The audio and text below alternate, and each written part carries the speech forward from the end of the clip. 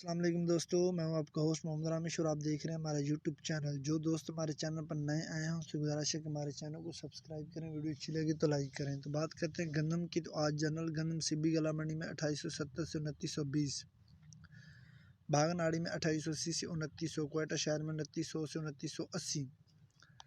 इसके अलावा मकई की बात करते हैं तो चनौट में 2400 से 2700, जबकि धान की बात करते हैं तो 1509, कसूर में 3900 से 4200। सरसों की बात करते हैं तो सिब्बी गला मंडी में जनरल सरसों 6550 से 6600।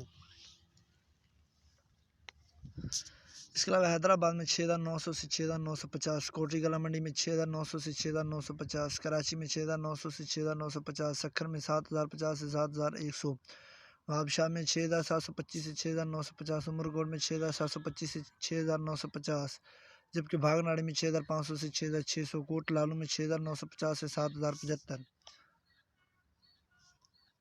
गंदम, कपास, सरसों और मजीद फसलों के रेट हासिल करने के लिए हमारे चैनल को सब्सक्राइब करें, वीडियो अच्छी लगी तो लाइक करें। Thanks for watching this video. अल्लाह हाफिज़।